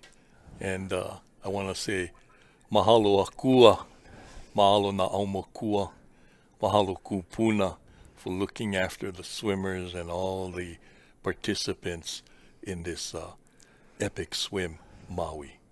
Once again, my name's Ali Katai. I want to say mahalo to everyone for tuning in, along with Brother Mike Spalding. This was live coverage with the world's first expedition that was swimming around the island of Maui. And also thank you and aloha to Hawaii. Aloha to everybody. We love you. Thank you for watching, and thank you for Malama the Aina.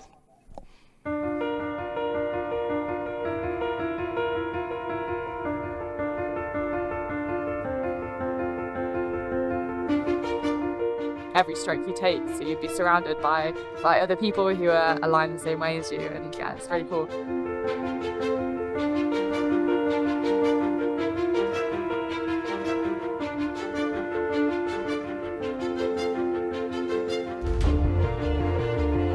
No, this is where I want to be, doing this sort of stuff with incredible people, all for an incredible cause.